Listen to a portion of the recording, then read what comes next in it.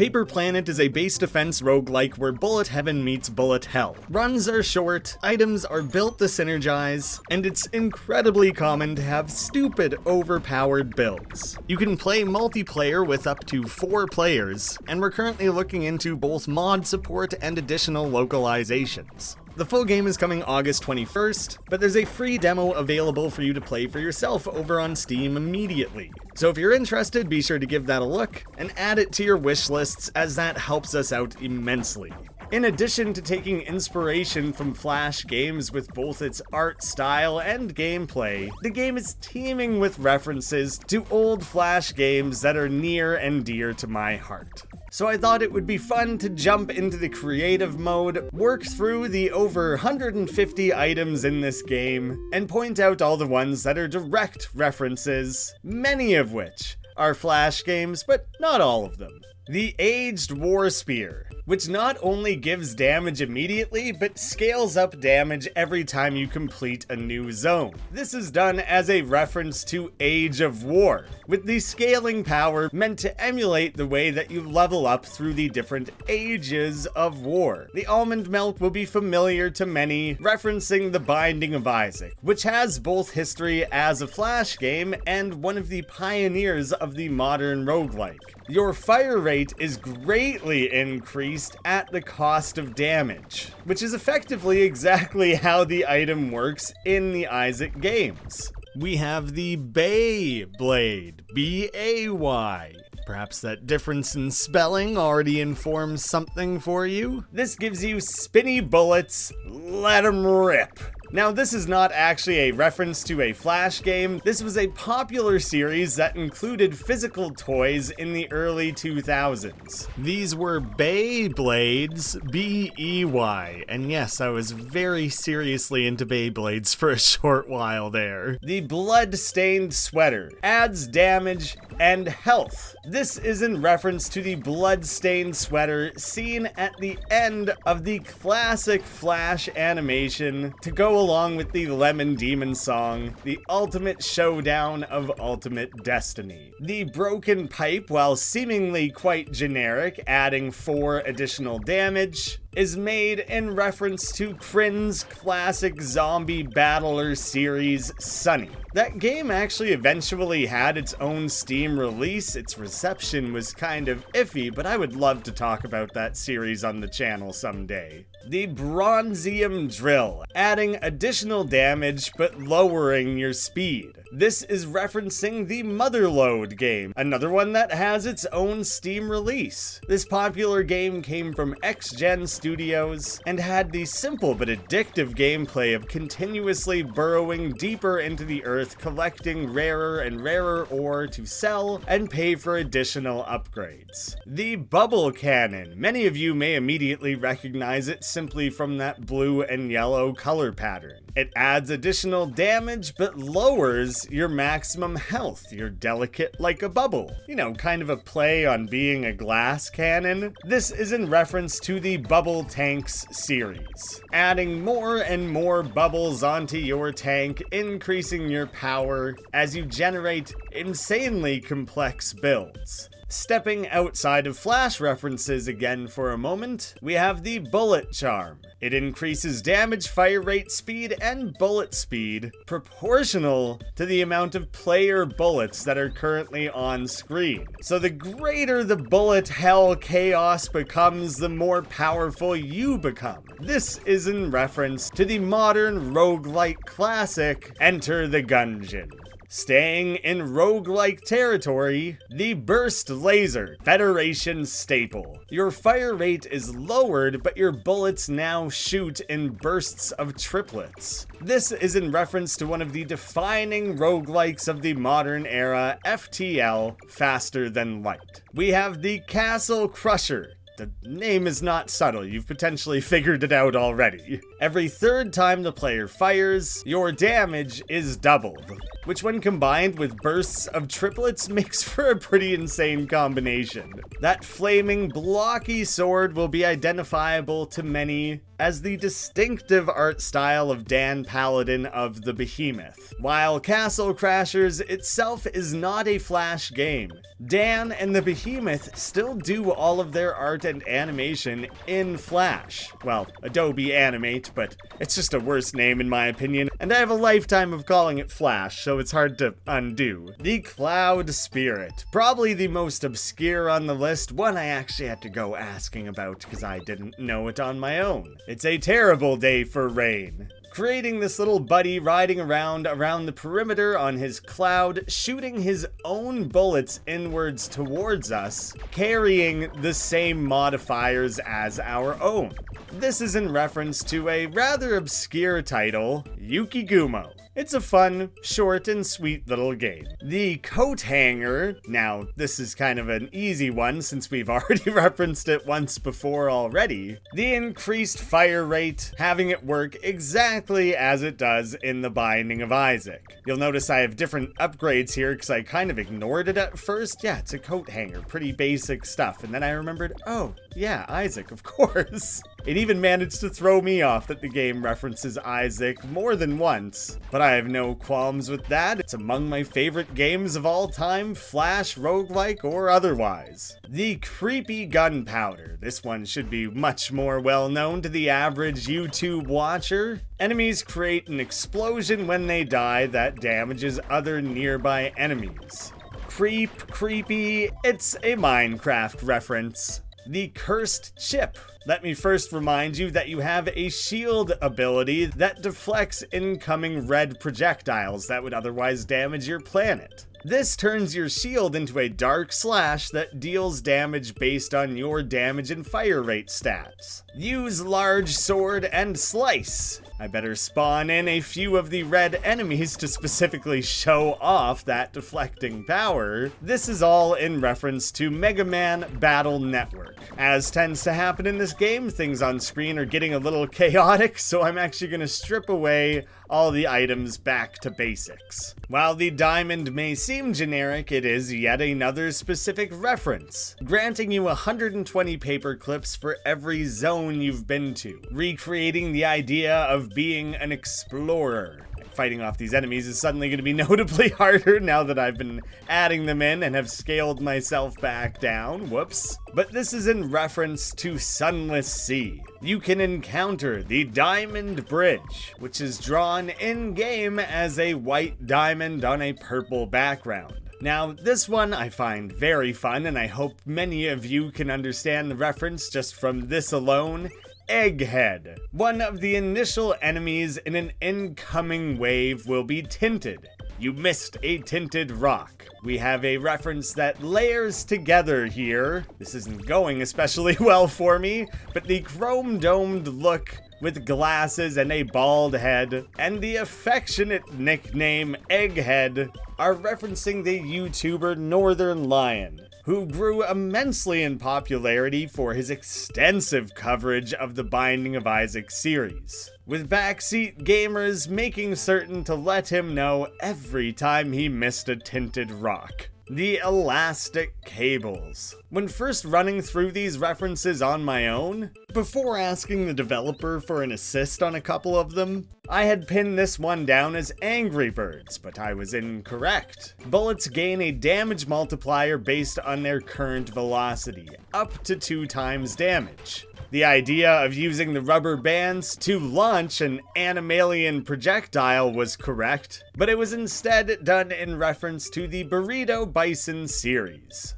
I honestly should have picked up on that. I love that genre of launcher game. Kicking myself a little for that. But next up is one I had absolutely no chance of getting incorrect. If so, I should probably just delete my entire YouTube channel now. The Fanciful Pants, which add additional speed to your turret moving around the planet. And come on, you can all say it with me, this is in reference to the Fancy Pants Adventures, and the fantastically fancy pants worn by the titular Fancy Pants Man. Brad Bourne is hard at work on the Fancy Pants Adventures Classic Pack, also published by Two Left Thumbs. Unfortunately, no release date on that one yet.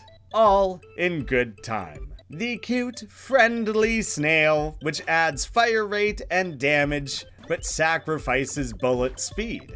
It's slow, he's a snail, you're gonna move slowly. This is in reference to the gag of the snail found in every single episode of Adventure Time. I'm actually gonna heal myself quickly with the Band-Aid, because it's kind of bothering me that my planet is flashing injured like that. Let's slap on a couple more of those and just make sure we stay safe, even though we're in creative mode. I'm not sure what I'm so worried about. Next is the Gloopal Core, another one I didn't actually know and had to have pointed out to me. It creates a region around the planets that makes enemies and enemy bullets move at 50% speed.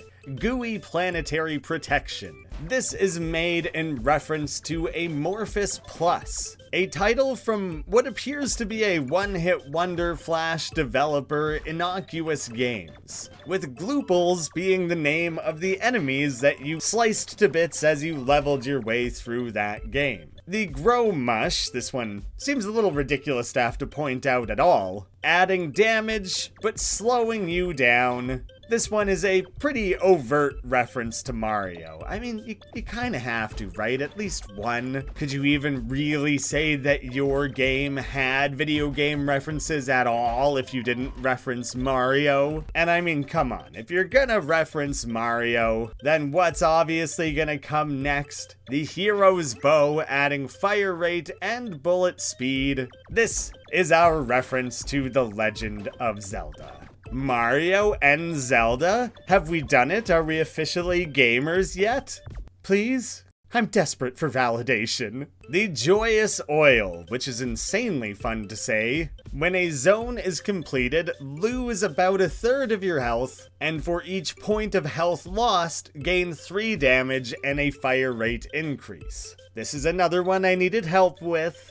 It is in reference to the Phyrexian rebirth from Magic the Gathering, which functions in a similar way, destroying creatures, creating bonuses in exchange. Joyous Oil comes from the flavor text. As long as 1 drop of the oil exists, the joyous work continues. There's not much to show for this one since it's dependent on moving between different zones, so I'm just gonna kill enemies with more or less the exact same combination of skills. It's fine, that's just how it's gonna be sometimes in creative mode. That one was a little obscure. We better move back towards something immediately identifiable. How about the Mega Blaster? Come on, you can do it. Not firing increases your damage up to 300%, so you can basically charge up a super shot. And of course, this is in reference to Mega Man. Nothing so specific as the Battle Network series, just good old Mega Man doing his thing, blasting people away. The Miracle Beetle went outside of my own purview. Transforms into a random stackable, non-cursed item every 4 waves. The item identifies itself in the pause menu so it doesn't get mixed up. Becomes exactly what you need.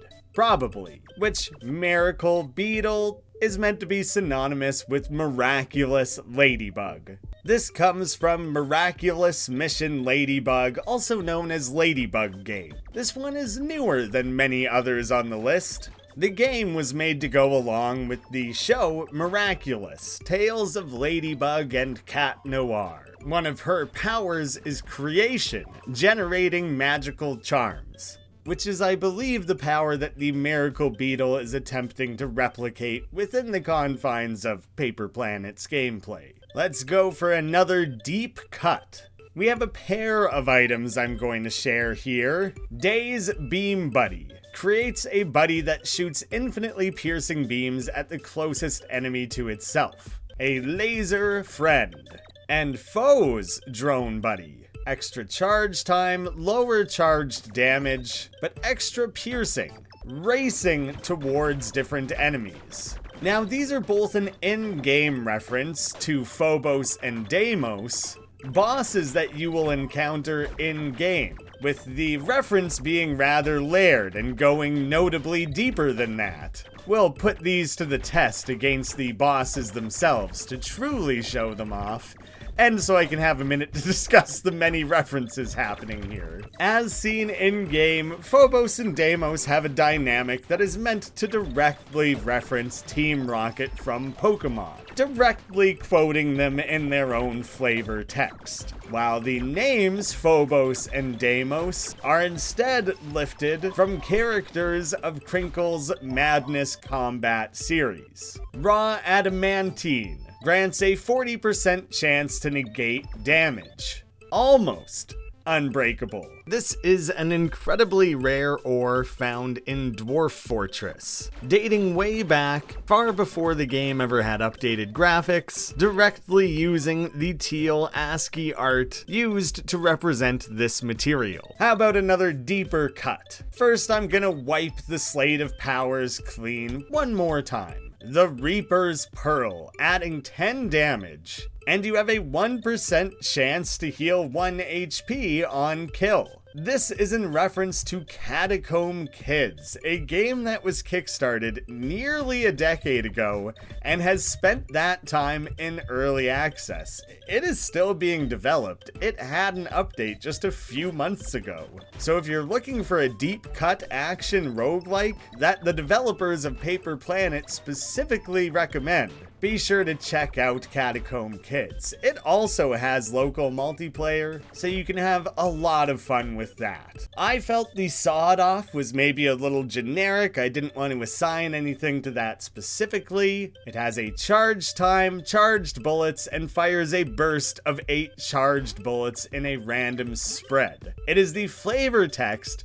"Make your last stand," that instead informs the reference at hand. This is in reference to Con Artist Games' ever-popular Last Stand series. That series also falls under this broad base defense category. If you're feeling a little nostalgic for that, want to learn more, as well as information on their eventual Steam release, I'll include a link in the description to my own video covering the history of The Last Stand, including an interview with Con Artist Games. It was very fun to put together. The Sharp Dart references a series that has had a shocking amount of staying power, adding 2 piercing damage. The Sharp Dart is made in reference to Bloons, the simple balloon popping game where you're a monkey hucking darts that eventually spun off into the ever popular Bloons Tower Defense series, which is the thing I expect most people would have heard of, if not the original Bloons games. Next up we have the Shell Core, whose name is maybe a giveaway for many. You lose 1 max health, but have a 30% increase in overall fire rate. This is in reference to the series Shell Core Command, a series in which you built a massive battleship through which you command your fleet in tactical battles. For anyone who misses that classic series, be sure to check out Shell Core Command Remastered, a free open source recreation of those original titles that you can download and play now over on itch.io. The Speedy Line. Seemingly there was no real way to draw this one where the reference would become at all subtle. Gaining 1 piercing damage and 15 speed, this is made in reference to the ever popular Line Rider, which is honestly one of the first Flash games I remember getting massive love on YouTube, as players could create their own custom tracks to race their Line Rider along, with many of those becoming insanely elaborate. I probably would have missed out on Strongman's Dumbbell strictly on my own. Gain 1 damage for every point of HP you have above 1. So right now I would only gain 2 off of this since I'm surprisingly damaged. While seemingly generic, it was added to the game intending to specifically reference Don't Starve. These big, old school strongman dumbbells are an item that can be crafted and only used by the character Wolfgang. Now, the Pong Buddy, that one's a little on the nose, kinda hard to miss. Pong Buddy, with the flavor text, Ping! You now have this paddle that follows along with your turret, deflecting bullets back inwards. Obviously as a broad reference to Pong. Gotta give some love to those classics mixed in there with Flash games and other obscure titles. Now, I'm a little uncertain on this one. I'm throwing it out there. Stumpy's Ukulele. Gain 1 piercing, replaces your bullets with a music note that waves back and forth as it travels. Unicorn Charmer. Now, honestly, the unicorn part makes me doubt my own guess entirely, but my assumption was that this was in reference to Animal Crossing's ever-popular KK Slider. The white dog who hangs out playing his guitar on the stump. But it is a guitar, not a ukulele, and the unicorn I don't understand. I'm trying to figure out as many of these without help as I can, so if you can think of anything else, please let me know. The Ultra Octagon, which raises your overall speed, which from a mechanical perspective of how it functions in-game isn't much of a reference. The name is a play on Terry Kavanagh's indie classic, Super Hexagon. The name of this next item is one that just always cracks me up, and is simultaneously one of the most on-the-nose references. I imagine it'd be easy to miss if you're not thinking of it, which adds to your health, speed, damage, bullet speed, fire rate. It adds all stats. And maybe you've already figured it out by now, Uncommon Sweet is meant to be a reference to rare candy. Basically just opened up a thesaurus on that one and mixed it up a little. The Viridian Inverter. Teleporting causes your bullets to reverse direction. Teleporting is a skill you have to quickly get to the other side of the planet. You've probably seen me repeatedly making use of it and repeatedly failing to make use of it to get to the other side in the nick of time to block an incoming bullet or shoot down an enemy. This is in reference to another game by Terry Kavanagh. He's an incredible game designer. He's hard not to reference. All about gravity and V's. This is in reference to his breakout first commercial hit way back in 2010, VVVVVVV. I think that was the right number of V's. It's supposed to be 6 V's, and I think I said 6. It's hard to count them as you're saying them without taking big pauses. I'm doing one take. I'm not redoing that. I just hope I got it right. Wormy Wormson, come on, that's gotta be a reference to something. It adds a charge to your shots, which then causes you to shoot a line of bullets following each other. Which, I don't know, feels like Snake. That doesn't really have anything to do with worms. But look at that ridiculous drawing in his doofy little face. Worm bullets? Come on, he's gotta be in reference to something. And look at the insanity of those charged shots mixed with everything else. I absolutely love this item. I know the old school puzzle game Bookworm has become a bit of a meme in recent years, but I don't think this has anything to do with that. Without even identifying it, I'm keeping it active here because it's just so fun to play with. But let's end it on a high note with one I actually for sure know, the Yellow Gem. Identifiable by that distinctive shape. Gain a buddy that orbits your planet, shooting homing bullets with 33% of your damage. Reaver Slayer. While we refer to Paper Planet as more of a base defense title, this is in reference to a classic tower defense Flash series. The ever-popular, highly influential Gemcraft. And now, simply because I think it would be fun, I'm going to spawn in every item that was talked about in this video at the same time, and just see how insane things can get. While we covered a lot of distinct references and items in this video, it's really only scratching the surface of the over 150 items to be found in Paper Planet at the time of release. We're certainly not ruling out adding more to it. And with that, let's see what happens when we attempt to add every item simultaneously. Yep. It's about as balanced as I expected it to be. Let's let everything kinda calm down for half a second there, clear the list, and let's spawn in 2 of the main boss in the game. Expanding a little more on the opening of the video, Two Left Thumbs is publishing this game. If you're someone who follows the channel, then you'll know roguelikes, flash game history, and plenty of references are things I like and look for in games. So I pursued publishing this one pretty aggressively.